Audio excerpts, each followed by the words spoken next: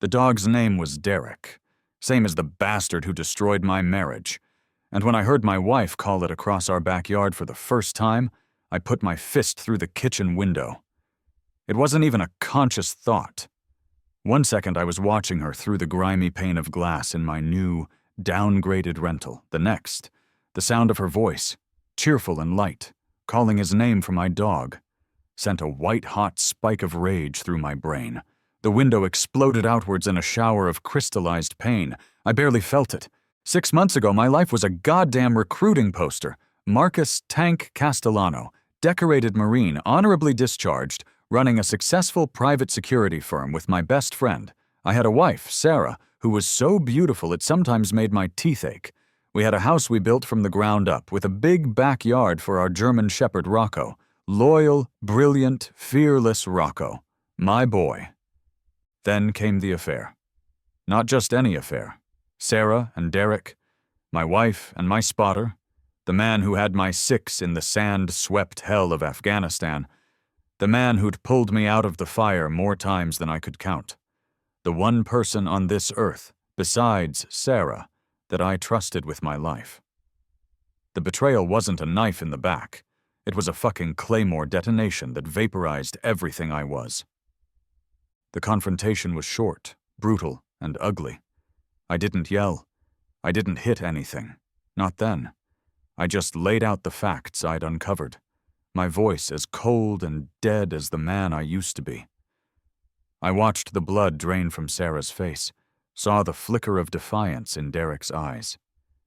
And when I made her choose, right there in the living room I'd paid for, she didn't even hesitate. She chose him. The divorce papers were delivered by a smirking courier a week later. It was a slaughter. Derek, with his tech bro money and shark-toothed lawyers, had prepped for this. They took the house, they took the business assets, and then the final, spiteful twist of the knife, a little handwritten note tucked into the legal jargon. I'm keeping the dog. He needs a stable home. That was bad enough. But then I found out about the name. From my rented kitchen, I could see right into the backyard of my old life. It was a special kind of torture, like a ghost haunting his own wake. I'd watch them. Sarah, laughing that laugh that used to be mine. Derek, grilling on my patio, drinking my beer. And Rocco, or what used to be Rocco. Derek, come here, boy. Who's a good boy, Derek? Sarah's voice chirped across the manicured lawn. The dog, my loyal shepherd, bounded over to her, his tail wagging, oblivious. He licked the hand of the man who had systematically taken his master's life apart. Every time she called that name, it was a fresh round chambered and fired directly into my soul. This wasn't just about a stolen wife or a stolen house. This was about erasure. Derek wasn't just replacing me. He was overwriting me, deleting my existence and pasting his own face over the top. My dog, my partner, now answered to the name of my nemesis. It was a level of psychological warfare so profound, so personal, it was almost brilliant. I stared at my bloody hand, at the mangled knuckles and the shards of glass glittering like diamonds in the torn flesh. The pain was starting to register, a dull, throbbing drumbeat against the screaming in my head. For the past 2 weeks, since I'd been evicted from my last temporary apartment for instability, this car had been my home. A beat-to-the-shit Honda Civic parked just down the block, a perfect vantage point. I watched them live my life, day in, day out. Watched them sleep in my bed, watched them walk my dog, watched them slowly, methodically, sandblast my name from the world. But that's all over now. I'm telling you this story, right now, for a reason. Because tonight, everything changes. The watching is done. The waiting is over. They think they've broken me. They think I'm just a ghost, haunting the periphery of their perfect new life. They're about to find out that a ghost can still pull a trigger. And my finger has been itching on one for a long, long time. To understand how a man ends up with a bloody fist, a shattered window, and a plan for biblical-level retribution, you have to rewind. Go back 3 months to a time when I still thought I could fight this with lawyers and logic, a time when I still believed there were rules. I was holed up in a sterile corporate apartment, the kind with art that has no meaning and furniture that has no soul. The divorce was a slow, grinding war of attrition. My lawyer, a tired-looking guy named Ben, kept telling me to be patient. "Marcus, we just need to prove a pattern of infidelity. We can get you a better settlement," he'd say, shuffling papers. Ben, he was my business partner. He has access to everything. My financials, my contacts. We'll get to that. One thing at a time. But Derek wasn't a one thing at a time kind of guy. The attacks came subtly at first. My biggest client, a logistics firm I'd personally secured, pulled their contract. The email was polite, professional, and utterly devastating. Given the recent volatility, we feel it's prudent to explore other options, concerns about your stability. "Stability? What the hell does that mean?" I yelled into the phone at Ben. "They won't elaborate, Marcus. They're citing a non-disclosure clause." A week later, another client dropped. Same reason, stability. It was like a virus. My reputation, the one thing I had built rock solid from my military service and years of flawless private work, was crumbling. Then came the banks. I went to an ATM to pull out cash and my card was declined. Suspicious activity. Account frozen. I spent 4 hours on the phone with a call center drone who eventually told me that my account had been flagged for transactions linked to known shell corporations in the Cayman Islands. It was bullshit, pure and simple. But try telling that to an automated fraud detection system. My assets were locked tighter than a drum. This wasn't random. This was surgical. This was an ambush. The Marine in me took over. The part of me that sees a complex problem not as a disaster, but as a battlefield to be analyzed. I stopped sleeping in the soulless apartment and started working. I cashed in some old favors, got my hands on a ghost rig, a laptop with enough encryption and backdoor access to make a spook at the NSA blush. For 72 hours, I didn't move. Fueled by black coffee and white-hot rage, I went hunting. I was the ghost in the machine now. I slipped past the firewalls of our old company, the one Derek now ran solo. His digital hygiene was arrogant. He thought he was smarter than everyone, that he'd covered his tracks. He hadn't counted on the guy who taught him digital counter-surveillance in the first place. I found the breadcrumbs easily. Encrypted emails sent from a dummy account to my clients, filled with anonymous tips. He'd attached doctored photos, made it look like I was meeting with shady characters. He'd fabricated financial records to suggest I was skimming from the company. And then I found the bank hack. Derek hadn't just frozen my accounts. He'd orchestrated the entire thing. Using his position at a major tech firm, his day job before we started our security company, he had back-end access. He'd routed tiny, untraceable payments from my accounts to those shell corporations, just enough to trigger the bank's security protocols. He wasn't just stealing my life. He was methodically planting a new criminal one in its place. He was erasing Marcus Castellano, the decorated veteran, and creating Marcus Castellano, the unstable, corrupt liability. My blood ran cold. This was deeper and darker than I could have imagined. This was a character assassination of the highest order. But I still hadn't hit the bottom. The real gut punch, the one that almost made me give up, was buried deep in his personal cloud storage in a folder mislabeled Vacation Pics. There was no beach, no sunshine. It was a collection of video files. The thumbnails were dark, grainy. I clicked on the first one. The video was shot from a low angle, from a hidden camera placed in the corner of a room I knew all too well. My bedroom. Our bedroom. The video was dated over a year ago. It showed me thrashing in my sleep, tangled in the sheets, my face contorted. I was shouting something incoherent, my hands clenched into fists. It was one of my episodes. A lovely parting gift from Afghanistan, the night terrors. They were rare, but when they hit, they were violent.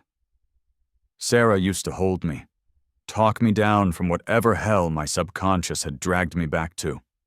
Or so I thought. I clicked on another file, and another. There were dozens of them, secretly filmed recordings of my most vulnerable moments, my PTSD weaponized. And in the corner of one video, I saw it. A flicker of movement. Sarah, standing in the doorway, not coming to help, just watching. Her face wasn't concerned. It was cold, calculating, and she was holding her phone. Then I found the email chain between her and Derek, sent from her private account. Sarah. Got another one last night. It was bad. He almost broke the nightstand. Derek. Good. Keep recording. The more we have, the stronger our case is for irreconcilable differences due to mental instability. The judge will eat it up. He'll get nothing. It wasn't just Derek. It was both of them.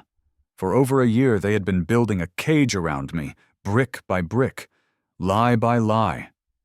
Every reassuring word from Sarah, every time she told me it was okay, that she understood my struggles, it was all part of the long con. They hadn't just decided to be together. They had conspired to destroy me, to get what they wanted.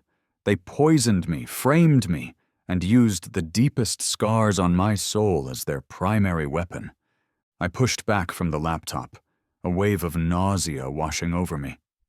The fight wasn't about the house or the money anymore. It was about my sanity, my very existence.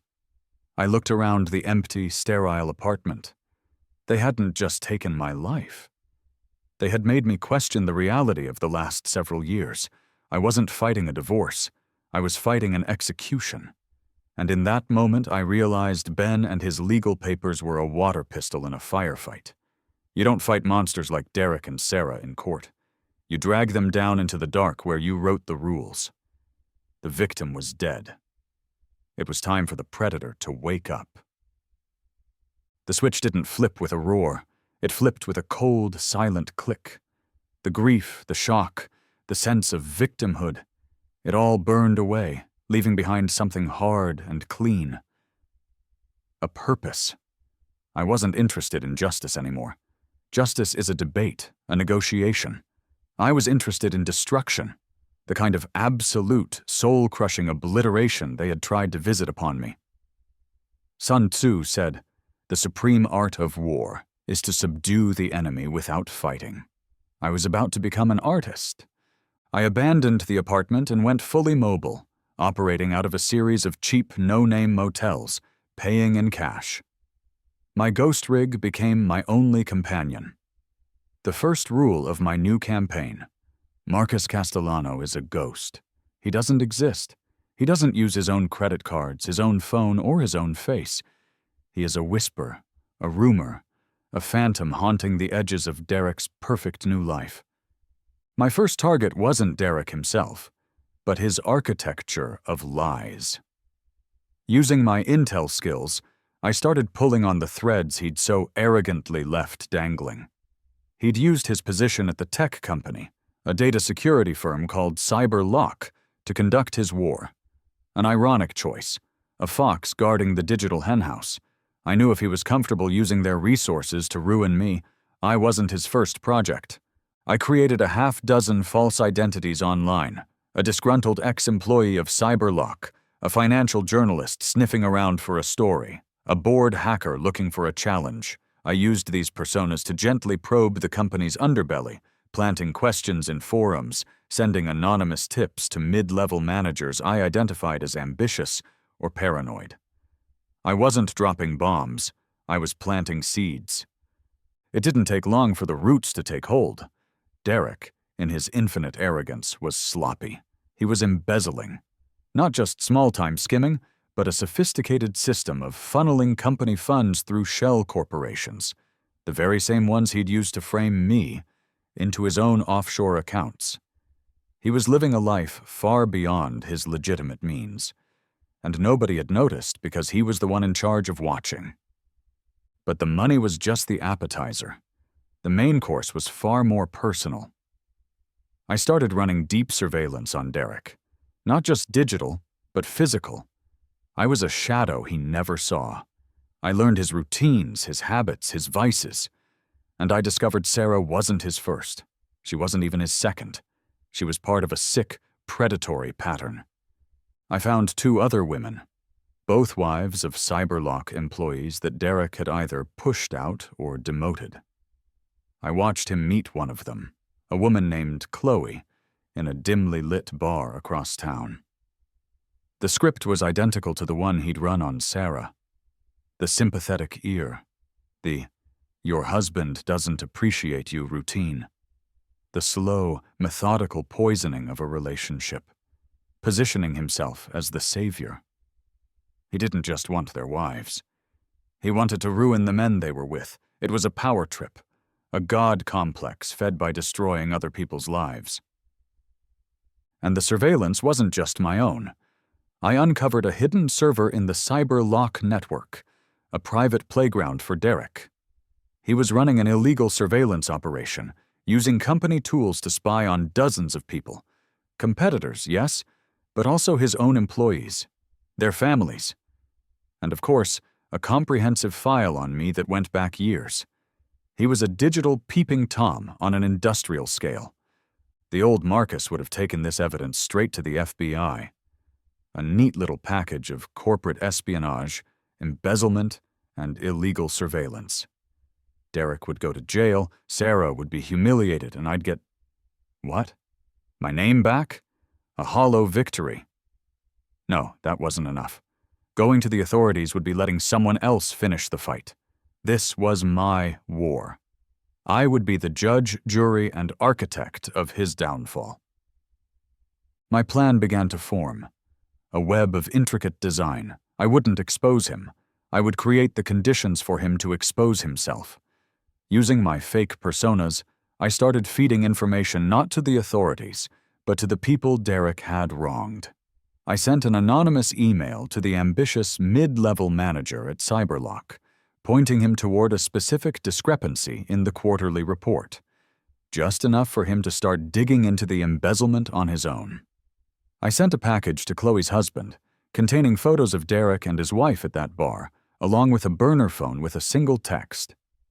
"He's not just sleeping with her. He's the reason you got passed over for that promotion." I was turning his own people against him, making them the instruments of his destruction. I was invisible, a puppeteer pulling strings from the shadows. I watched from my car, from across the street, through the pixels of my laptop as the world I was building for him began to close in. The pressure on him was mounting. He was getting paranoid, jumpy. It was beautiful. It was during one of these late-night surveillance sessions, parked down the street from my old house, that I saw something that changed the entire equation. I was monitoring the house's trash bins before pickup. People throw away their entire lives. Buried beneath coffee grounds and junk mail, I found it. The box for a home pregnancy test, a digital one. My heart hammered against my ribs. I waited until they left the next day and, using the key I never returned, I slipped into the house. It felt alien, haunted. His clothes were in my closet, his scent lingered in the air. I went straight to the bathroom trash. There it was, the plastic stick. The little digital window stared up at me, bearing 2 words that blew my entire operation to smithereens. Pregnant, 3+ weeks. I did the math in my head, my mind racing, calculating dates, counting backwards. 3 weeks, maybe 4 tops. I had been out of the house for 3 months. But Sarah and we'd had one last, desperate, angry night together right before the final blow-up. A night fueled by whiskey and grief, and a stupid, fleeting hope that we could fix the unfixable. The timeline didn't just match up. It was a bullseye. My campaign of psychological warfare suddenly had a new, terrifying variable. A variable with a heartbeat. The child Sarah was carrying. the one Derek undoubtedly thought was his. The heir to his stolen kingdom. There was a very, very good chance that child was mine, and she had no idea. The revelation of Sarah's pregnancy threw a grenade into my carefully constructed war room.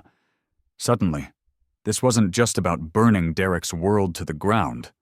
There was collateral damage to consider. A child.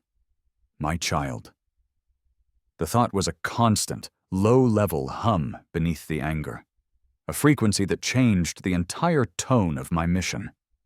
I needed to finish this, but I also needed an exit strategy, an escape route, not just from my past, but for a potential future. While one half of my brain was dedicated to the art of Derek's destruction, the other half began constructing a new identity. Not just a temporary cover, but a whole new life. I liquidated the assets Derek didn't know about, the ones I had squirreled away during my years as a contractor in places where paper trails go to die. A tidy sum in cryptocurrency, a numbered account in Zurich. It was my rainy day fund, and brother, it was a goddamn hurricane. With that capital, Michael Sterling was born. Michael Sterling had no past, no baggage, no ex-wife or backstabbing best friend. His credit was clean, his history fabricated with the kind of meticulous detail only a paranoid ex-Intel guy could manage. Michael Sterling was the CEO of a small, discreet consulting firm that specialized in risk mitigation for high-net-worth individuals. It was just plausible enough to be impressive and just vague enough to avoid scrutiny. He moved to a new city, a bustling metropolis a few hours down the coast, and leased a clean, modern apartment with a view of the water instead of his own stolen backyard. And it was as Michael Sterling that I met Rebecca. It was in the ER. A piece of shrapnel from my surveillance work, a rusty nail I'd caught my arm on while planting a GPS tracker on Derek's car, had turned into a nasty infection. She was the trauma surgeon on duty, sharp, focused, with tired eyes that had seen too much but still held a spark of wry humor. "Let me guess," she said, cleaning the wound with an efficiency that was both painful and impressive. "You were just, doing some weekend woodworking, and the drill slipped?" "Something like that," I grunted, trying to sound more like a CEO and less like a man running a black op out of a series of Fleabag motels. "Right. Well, Michael, you need to be more careful with your hobbies." We talked while she stitched me up. Her questions were pointed, but not prying. She had a way of making you want to talk. There was a calmness about her, a stillness that felt like an anchor in the storm of my life. For the first time in months, I wasn't Marcus, the vengeful ghost. I was Michael, a guy getting stitches from a beautiful doctor. It felt normal. Dangerously normal. I asked her out for coffee to thank her. She said yes. Coffee turned into dinner. Dinner turned into weekends. With Rebecca, I felt a part of myself I thought was dead coming back to life. She was brilliant, compassionate, and she laughed at my snarky jokes. She didn't know about the hollowed-out man I really was, the one who spent his nights orchestrating another man's ruin. She only knew Michael Sterling, the charming, successful consultant. And I started to like Michael Sterling. I started to want to be him. Rebecca represented a life I could have, a life built on something other than rubble and rage, a life with someone who wasn't broken, who hadn't conspired to shatter me. But the duality was a crushing weight. By day, I was Michael, discussing restaurant choices and weekend plans with Rebecca. By night, I was Marcus, hunched over a laptop, manipulating data streams and watching Derek's life slowly unravel through a sniper's scope of digital surveillance. The lies were a constant hum in my ears. I'd catch myself almost telling Rebecca a story from my real past, or using a turn of phrase that belonged to Marcus, not Michael. The psychological toll was immense. I'd wake up in Michael's clean, minimalist apartment, my heart pounding from a nightmare where I was back in Afghanistan, only this time Derek wasn't my spotter. He was the one lining me up in the crosshairs. I started to look in the mirror and not recognize the man staring back. Was I the good guy getting justice? Or was I becoming the very monster Derek had painted me as? A paranoid, manipulative man obsessed with revenge? The lines were getting blurry. My new life, my freedom, was built on a foundation of lies as deep and intricate as the ones Derek had used against me. The breaking point came on a quiet Tuesday night. Rebecca and I were sharing a bottle of wine on my balcony, overlooking the city lights. It was peaceful, real. I was feeling a dangerous flicker of genuine happiness. She swirled the wine in her glass, her expression unreadable in the twilight. "You know," she began, her voice casual, "it's funny. The way you check all the locks before we go to sleep. The way you always sit with your back to the wall in restaurants. You're incredibly observant." I tensed. "Old habits. Comes with the security business." She took a sip of wine, her eyes locking onto mine. "Is that what you call it? Because Derek calls it paranoia." The name hit me like a physical blow. The air rushed out of my lungs. The city lights blurred. "What did you just say?" Rebecca's face was calm, her gaze steady. There was no surprise, no big reveal. Just a quiet, devastating statement of fact. "Derek Jansen, my patient," she said, her voice soft but firm. "His company, Cyberlock, assigned me to him a few months ago, part of their executive mental health program. He's been complaining of paranoid delusions. Says he's being stalked, watched, systematically targeted by his ex-best friend, a man named Marcus Castellano." She held my gaze, her own filled with a chilling mixture of sympathy and clinical detachment. "He has no idea I know you. I recused myself from his case as soon as I made the connection, of course, but for weeks I've been hearing his side of the story. I've been studying you, Marcus, through the distorted lens of your worst enemy. My carefully constructed world, my new life, my one source of light with Rebecca, it all shattered. It was a lie, all of it. I wasn't Michael Sterling finding a new beginning. I was Marcus Castellano, a case study, a patient's obsession, a rat in a maze designed by my enemies. My safe harbor wasn't safe. It was just another part of the battlefield, contaminated by the one man I was trying to destroy. And the woman I was falling for wasn't my savior. She was his psychiatrist. The world didn't just tilt on its axis. It inverted. Rebecca's revelation wasn't a twist. It was a detonation. My new life, my freedom, was a contaminated fishbowl, and I had been swimming in circles while Derek's influence seeped through the glass. The rage I felt wasn't hot and explosive like before. It was Arctic cold, a silent, focused fury that burned away the last vestiges of doubt and morality. I wasn't a monster. I was a consequence, and the consequences for Derek Jansen were about to become biblical. I left Rebecca's apartment without a word. The Michael Sterling persona dissolved like smoke in the wind. I drove for hours, ending up back in the grimy motel that served as my war room. The hurt, the betrayal from Rebecca, I compartmentalized it. There was no time for that. All that mattered was the mission. The art of war was over. This was no longer a slow, methodical campaign of psychological attrition. This was scorched earth. This was the reckoning protocol. In a frenzy of controlled chaos, I accelerated the timeline from weeks to hours. My web of planted seeds was about to bear a poisonous fruit, all at once. At 8 a.m., an anonymous encrypted data dump landed on the desk of the lead investigator at the FBI's white-collar crime division in D.C. It contained everything: Derek's offshore accounts, the transaction logs from the shell corporations, and a detailed map of how he used Cyberlock's infrastructure to embezzle millions. The file was titled Jansen's Kingdom. At 8:05 a.m., the ambitious mid-level manager at Cyberlock, the one I'd been feeding breadcrumbs to, received a final anonymous email. It contained the master key to the hidden server where Derek ran his illegal surveillance operation. The email simply said, "He's been watching you too. Check the file named Internal Threats." Simultaneously, Chloe's husband and the husbands of the other women Derek had targeted received their own packages.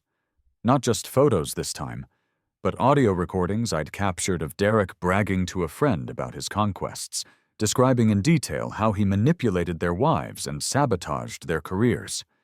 Each package also contained contact information for the other victims, strength in numbers, lawsuits in waiting.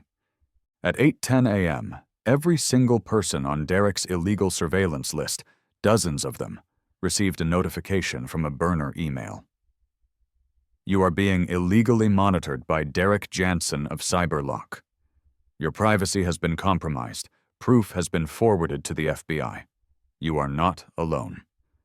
The dominoes began to fall, not in a line, but in a catastrophic inward collapse.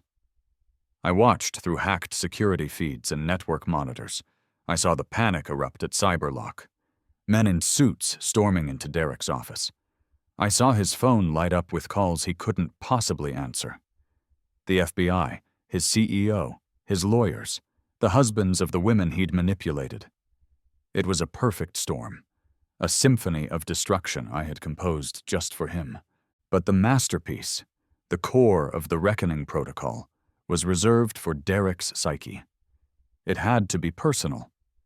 It had to break him from the inside out. At noon, as his professional world was burning to the ground, a courier delivered a single, elegant envelope to my old house, addressed to Derek. Inside was not an accusation, but a series of simple documents. The first was a printout of Sarah's recent internet search history, which I'd pulled from their router. Was Marcus Castellano honorably discharged? PTSD and combat veteran symptoms. Derek Jansen Cyberlock lawsuit. It showed the seed of doubt, her dawning realization that the narrative he'd fed her was a lie. The second document was a lab report. After finding the pregnancy test, I'd paid a cleaner at the medical lab Sarah had visited a hefty sum to get me a copy of her blood work. It was a full prenatal panel. Tucked away in the genetic markers section was the paternity analysis she'd requested, likely out of that same sliver of doubt. The results were clinical, cold, and absolute. Paternity match, Marcus A. Castellano. Probability, 99.999%. I had arranged for the official results to be mailed to the house, but my copy would get there first. He would know that I knew, and he would know that she was questioning everything. He wouldn't just be a felon and a pariah. He'd be the fool who was raising his enemy's child. I hadn't just taken his company and his freedom. I had taken his narrative. I had stolen his victory. The fallout was even more immediate and brutal than I'd anticipated. The final piece of the puzzle came not from a screen, but from a police scanner I had running in the background. A call came in for a wellness check at my old address. An anonymous tip, from one of the burner phones I'd sent to the other victims, reported a possible suicide attempt. My blood turned to ice. This wasn't part of the plan. Breaking Derek, yes. Exposing the truth, yes, but Sarah, I never wanted this. I raced to the house, breaking every traffic law. I arrived just as the ambulance was pulling up. The front door was ajar. I ran inside, my heart pounding in my throat. She was on the floor of the living room, surrounded by the papers I had sent. My papers. The search history, the paternity test. An empty bottle of pills lay on its side next to her hand. She was pale, her breathing shallow, but she was alive. The medics rushed in behind me, pushing me aside, their voices a blur of professional urgency. In that moment, staring down at the woman who had destroyed me, the woman carrying my child, lying helpless in the middle of the wreckage I had created, the cold satisfaction of my revenge evaporated. It was replaced by a hollow, sickening dread. I had set out to destroy a monster, but in the process, I had pushed the mother of my child to the brink of death. The victory felt like ash in my mouth. My carefully executed reckoning protocol had just claimed a victim I never intended to harm. The antiseptic smell of the hospital waiting room was suffocating. Fluorescent lights hummed overhead, casting a sterile, unforgiving glare on everything. It had been hours of pacing, of staring at the scuffed linoleum, of replaying the image of Sarah on the floor, pale and still. The reckoning protocol was complete, my enemy was vanquished, but I had never felt less free. Vengeance was a hollow god to worship. I had broken my cover completely. I rode in the ambulance, gave them her medical history, my real name, my relationship to her. The ghost of Marcus Castellano was gone, replaced by the flesh and blood man who was frantically trying to save the woman who ruined him. The choice had been instantaneous, primal. Salvation over vengeance. It wasn't even a choice. A doctor finally came out. She's stable. We pumped her stomach in time. She's weak, but the baby is okay. Both of them are going to be fine. The relief was so absolute, it almost buckled my knees. The baby, my son or daughter, safe. Can I see her? She's resting, and she's on a mandatory psychiatric hold, but there's someone here to see you. I turned. Leaning against the far wall, looking as tired and emotionally drained as I felt, was Rebecca. She wasn't wearing her doctor's coat. She was just a woman in a hospital waiting room, her face a complicated mask of pity and something else I couldn't quite decipher. I heard the call come in, she said, her voice low. I knew it had to be you. Rebecca, Don't! She held up a hand. Nothing you can say right now will make any sense of this. I needed to see it. The fallout. We stood in silence. 3 broken people orbiting a disaster of our own making.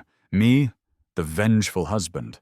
Sarah, the unfaithful wife, now a victim of a truth she couldn't handle. And Rebecca, the unwilling confidant to both sides of a psychological war. The air was thick with unspoken truths and the suffocating weight of our shared lies. The quiet was shattered by the arrival of the devil himself. Derek stumbled into the waiting room, his eyes wild, his expensive suit rumpled. He looked like a man who had been dragged through hell backwards. He saw me, and his face contorted into a mask of pure, unadulterated hatred. "You!" he snarled, his voice cracking. "This is you, all of it! You did this!" He lunged toward me, but he was a shell. The arrogant predator was gone, replaced by a desperate, cornered animal. I didn't even flinch. "Security!" Rebecca yelled, her voice sharp and authoritative. 2 burly guards materialized instantly. They knew Rebecca. They saw Derek, unhinged and screaming, and they saw me, standing perfectly still. Derek had spent months painting me as the unstable one. Now, in the final act, he was playing the part himself perfectly. "He's the one you want!" Derek shrieked as they grabbed his arms. "He's been stalking me! He's a psychopath! He drove my fiancée to suicide!" He was trying to reclaim the narrative, one last desperate play, but his credibility was shot. His empire was a pile of ash. The guards glanced at Rebecca, who gave them a slight, firm nod. "Sir, you need to come with us," one of them said, his voice bored, as if he dealt with crumbling sociopaths every day. As they dragged him away, Derek's eyes locked on mine. The hatred was still there, but now it was mixed with something else, a sliver of dawning, horrified understanding. He finally saw it. He wasn't the master manipulator. He wasn't the winner. He was just a pawn. He had become everything he had falsely accused me of being. The paranoid, delusional wreck whose life was imploding. His collapse wasn't violent. It was psychological. He had been so thoroughly outmaneuvered that reality itself had broken for him. He was gone. The immediate threat was neutralized. I turned back to Rebecca, 1,000 questions swirling in my head. Why was she still here? What did she want? She looked from the hallway where Derek had disappeared back to me. The pity in her eyes was gone, replaced by a cold, hard clarity that chilled me to the bone. "It wasn't a coincidence, Marcus," she said, her voice barely a whisper, but it landed with the force of a sledgehammer. "What wasn't a coincidence? Me being his psychiatrist, me meeting you in the ER." She took a step closer, her gaze unwavering. "My name is Rebecca Gable. Does that mean anything to you?" It didn't. I shook my head, confused. "My father was Robert Gable. He was the head of R&D at a tech firm 10 years ago. A brilliant man. Derek Jansen was his ambitious young protege. Derek stole my father's work, framed him for corporate espionage, and had an affair with my mother. When the scandal broke, my father lost everything. His job, his reputation, his family. A year later, he drove his car off a bridge." The world, which had just started to settle, began to spin again faster than ever. "I've been planning this for a decade," Rebecca continued, her voice devoid of all emotion.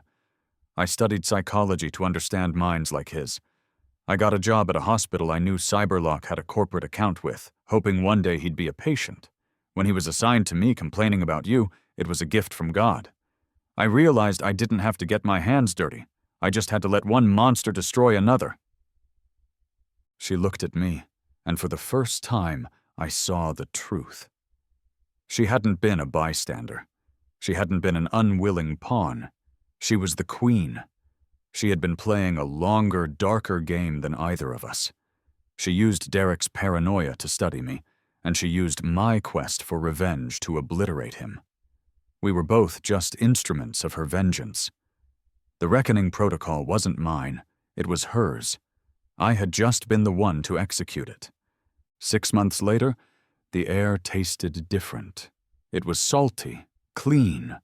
The sound of waves crashing on the shore had replaced the hum of fluorescent lights and the whisper of police scanners. I had moved to a small, forgotten coastal town where nobody knew the name Marcus Castellano, and for the first time, that was a good thing. I used my real name now.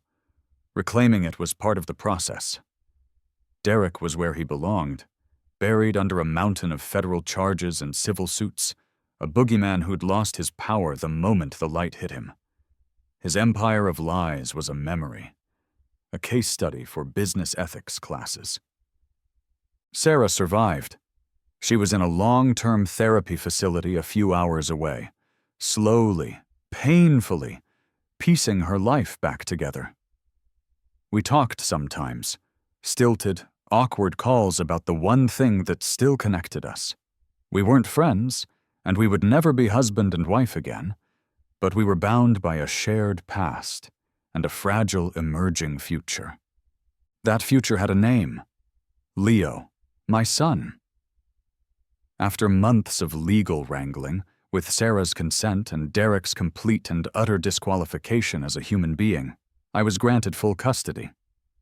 He had my eyes and a stubborn tuft of hair that refused to be tamed. He was the only piece of my old life that I had fought to keep, the only thing that mattered. And Rocco? He was back to being Rocco. I had picked him up from an animal shelter the week after the hospital. Sarah had surrendered him, unable to even look at the dog she had so cruelly renamed. His fur was matted and he was thinner, but the moment he saw me, he was my boy again. Now he was a little older, a little grayer around the muzzle, but his loyalty was the one constant I could count on. I had named my new life after freedom, but I was starting to realize I had the definition wrong. It wasn't about erasing the past. It was about choosing what to build from the ashes. One afternoon, as Leo was taking his first wobbly steps on the beach, a familiar car pulled up to the edge of the sand. Rebecca got out. She looked different than I remembered, less clinical, less guarded. She watched Leo for a moment, a faint, unreadable smile on her face. "Gable," I said, not as a question, but as a statement. I had stopped thinking of her as Rebecca. She nodded. "Castellano." She came and stood beside me, watching my son chase a retreating wave. "I see you found your piece." "I found a piece of it," I corrected. "The rest is a work in progress." "I dismantled the rest of my father's list," she said, her tone matter of fact. "The other executives who looked the other way, that's all, the lawyer who helped Derek bury him. I used the information from Derek's servers. They all fell, one by one. It's over." "Congratulations," I said, and I almost meant it. Her war was done. "It's not over," she countered, turning to face me. "There are other Dereks out there, other monsters who use the system to protect themselves. The world is full of people who fall through the cracks, people who have no one like you or me to fight for them." She held out a folder. I didn't take it. "This is a proposal," she explained. "What you did to Derek, what I did, it was a unique skill set. Your tactical execution, my psychological profiling, we could do some good. A private justice operation. We could be the ones who help the people the system fails." The offer hung in the air between us, heavy with moral ambiguity. Become a therapist for the damaged, a vigilante for the broken. It was a tempting proposition. A way to channel the darkness, the skills I'd honed in war and revenge, into something purposeful. A way to ensure no one else had to go through what I did, what her father did. I looked from her intense, searching gaze to my son, who had just plopped down in the wet sand, giggling as a wave washed over his feet. Rocco, my loyal boy, ran up and licked his face. The dog wasn't named Derek. He wasn't even named Rocco anymore, not really. In my head, I had started calling him Chance, a second chance for both of us. Freedom wasn't about revenge, and it wasn't about running away to a new identity. It was about the choice. The choice to save a life instead of letting it end. The choice to be a father. The choice of what to do next. Later that evening, after Leo was asleep, I built a small fire in a pit on the beach. I took out the last remnant of my substitute life. The pristine driver's license, the passport, the credit cards, all bearing the name Michael Sterling. One by one, I tossed them into the flames. I watched the plastic curl and blacken, the face of the man I pretended to be melting away, until he was nothing but smoke and memory. I was Marcus Castellano again. Not the decorated Marine, not the betrayed husband, not the vengeful predator.